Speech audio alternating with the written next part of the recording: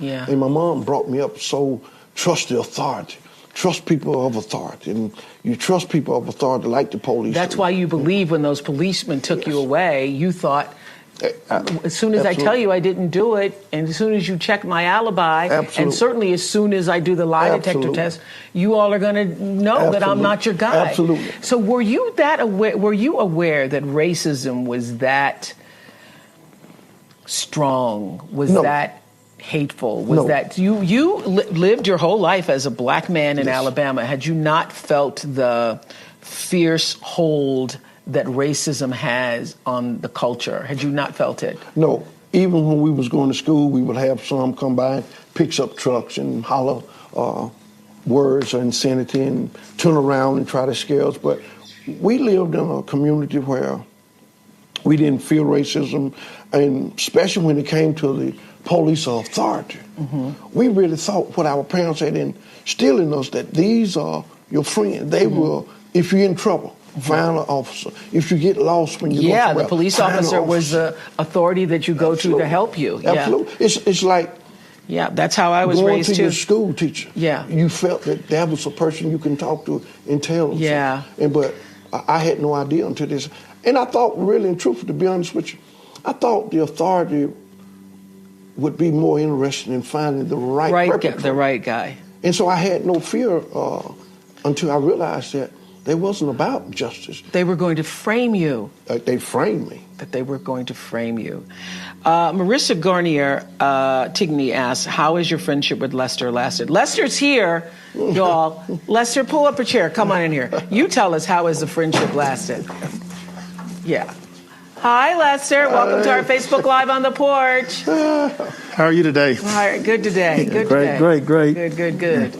So how has your friendship lasted? Well, first of all, you didn't miss a weekend, y'all. Not a weekend in 30 years did he miss showing up for his best friend. I said to my bestie, Gail, I said, I know you would. Gail would have been there for me for every weekend. And I said, I would have been there for you too every weekend. I might have missed a couple of weekends in 30 years though, but not a weekend in 30 years. So why has this friendship lasted?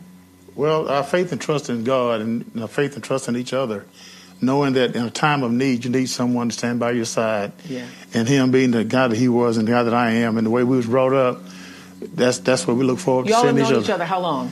57 years now. Yeah. So how old were you when you first met? I was 4 and he was 6. 4 and 6. Yes, ma'am. Yeah. Y'all used to walk home from school. Yes. When football practice, basketball practice. Yeah. And when I remember this scene you paint so vividly in the book, a truck comes down the road, because there was a period of time, may still be in some parts of the country, where if you were 2 lone black boys on a road, a truck full of white men come by, you better make yourself scarce, and you guys jumped in the ditch. Yes. Absolutely. Yeah. And at that time, we was not as small as we are now. We could run faster. Very agile. Very agile. Yeah. We always had a plan to run up in the woods if necessary.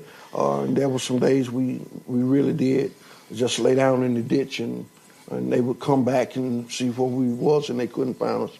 We would get up and go on home. So you knew then to be afraid of white men in trucks. Absolutely. Yeah. Absolutely. If you're alone, as 2 black boys on the road. Yeah. The racial slurs they was throwing, they was bad enough, but sometimes they throw. So you beer knew cans. that there was racial antagonism, but you never expected this. No. Not when it comes to the justice system. Just think about it.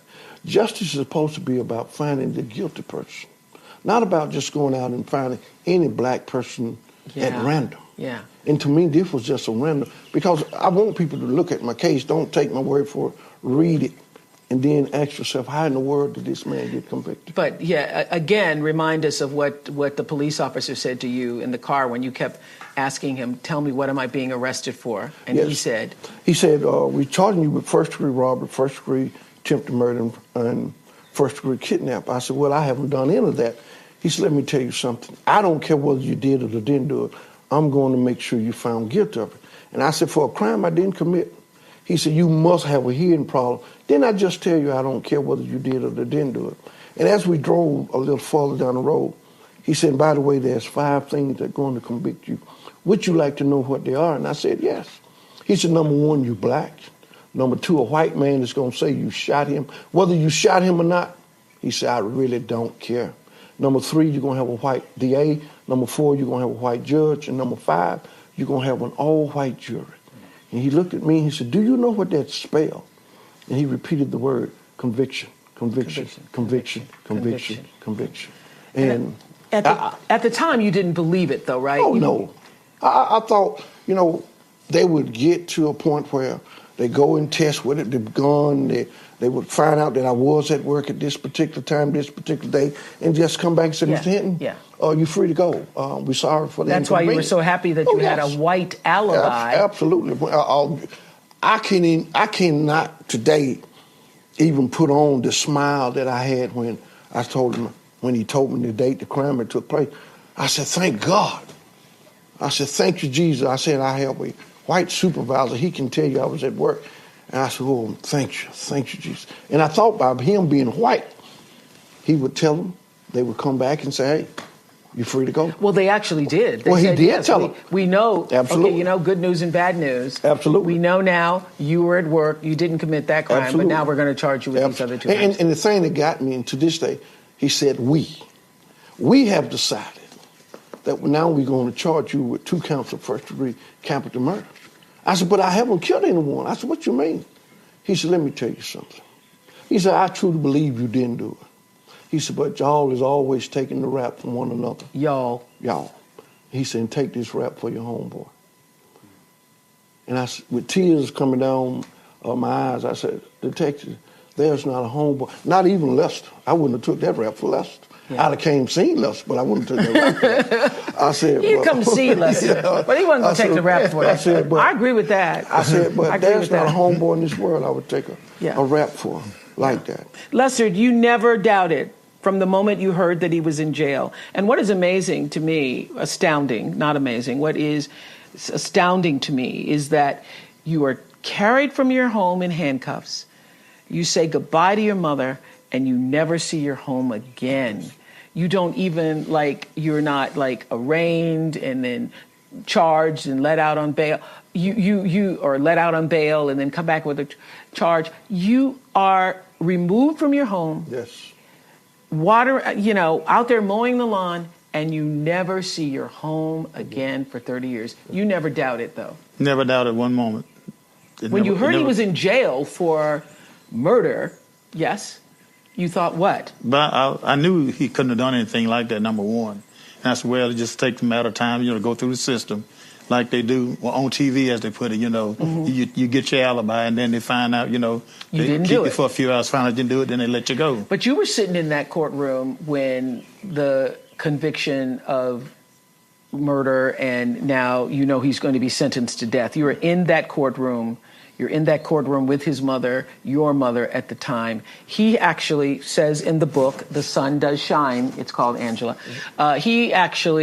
You went blind for a moment when you heard the sentence. What were you doing when you heard that your friend now has been sentenced to death row for a crime you truly believed and knew in your heart he didn't do? Yes, for a few minutes. I was in a state of shock also. I could not believe they came back with a conviction like that, with the circumstance of what it was, and really didn't have any proof of anything.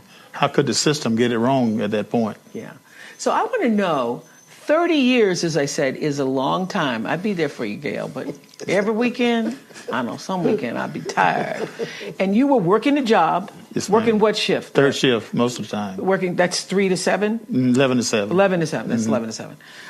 Thank you, I never worked third shift before. Yeah. Thank you. 11 to 7, you get off at 7 on a Saturday morning and drive down 230-some miles. Right. To see him, and then drive back. This is after you've worked all night, y'all. Yes. After he's worked all night long, get off the shift at 7 in the morning, drive 200 miles, meet with him for a couple of hours, and then turn around and go back. Yes, ma'am. Did you, at the time, though, you didn't know it was going to be 30 years? No matter the time, it actually creeps up on us, It creeped up on you. Yes, look, Creeped up on you. It creeped up on you. But what I mean about the time did, because we was looking forward to seeing and visiting with each other. It wasn't nothing we could do about either of the situations, and all we could do was enjoy the moment, and that's what we were doing. Yeah. And like I said, we just know this thing. Time had flown.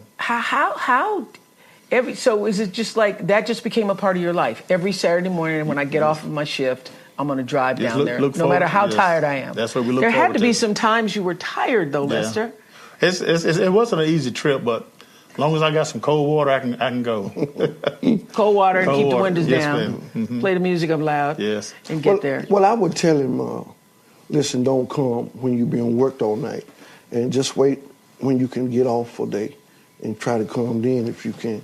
But he had his schedule fixed where he would come, and I felt so bad that after my visit was over, he would be going, and I was worried, did he make it home? Would he fall asleep? Would he fall asleep on the road? Yes, Yeah. and a lot of times, when Sylvia didn't come with him, he had to come by himself, and that's a long drive. I mean, a long drive. Yeah. How many hours is that driving one way? Right at 3 hours. 3 hours driving one way. It depends on the traffic. 3 hours mostly. Yeah.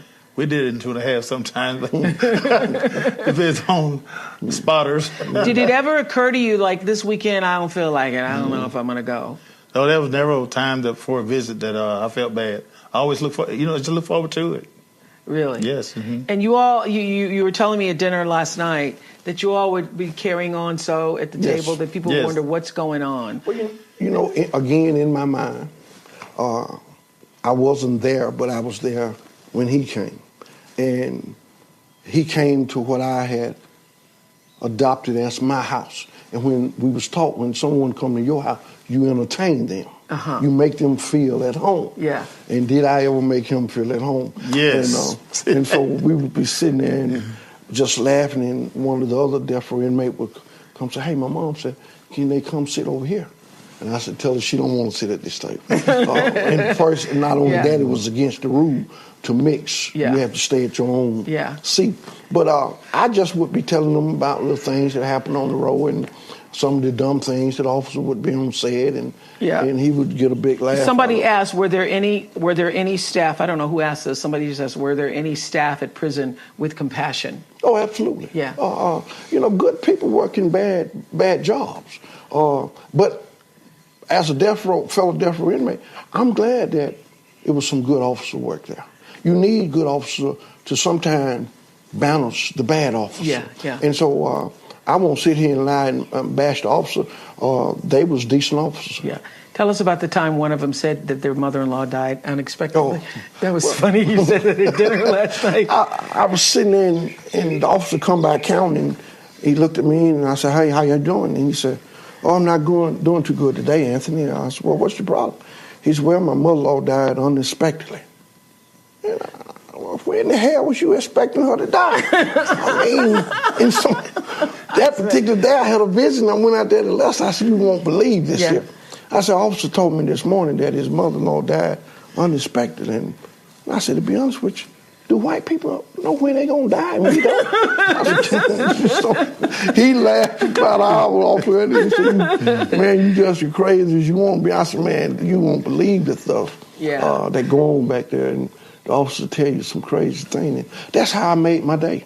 I become like this comedian, and I would take whatever they say, and I would get on the vision yard, and I wouldn't let him nor Sylvia think about my situation. Well, you know what is so interesting? You were saying to us earlier at dinner last night that you created your own family on death row. I did. That you did. And that, not only did you create your own family, you become like friends with a guy who had committed this heinous crime against another black person, but you were able to show that person some sense of understanding and love. Well, I think it's so important that we as a society stop judging people and try to find out who that person is.